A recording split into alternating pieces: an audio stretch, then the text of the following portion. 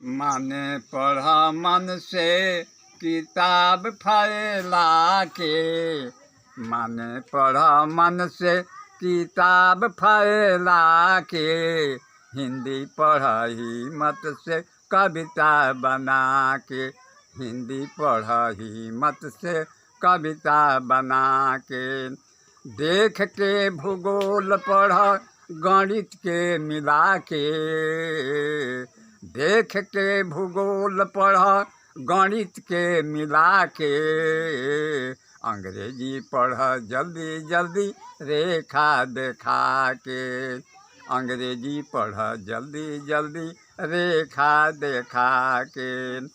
संस्कृत में शुद्ध पढ़ा व्याकरण में रट के, संस्कृत में शुद्ध पढ़ा व्याकरण में रट के, इतिहास में कहानी कह समाज शास्त्र सट के।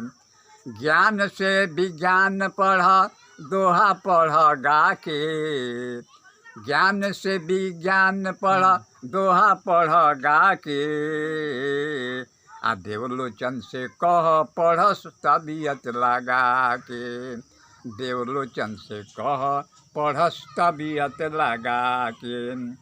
आए थोड़ा थोड़ा और पढ़ गीता घाट जाके, थोड़ा थोड़ा और पढ़ गीता घाट जाके, आ गीता के ज्ञान सीख शिवानंद से जाके, गीता के ज्ञान सीख शिवानंद से जाके।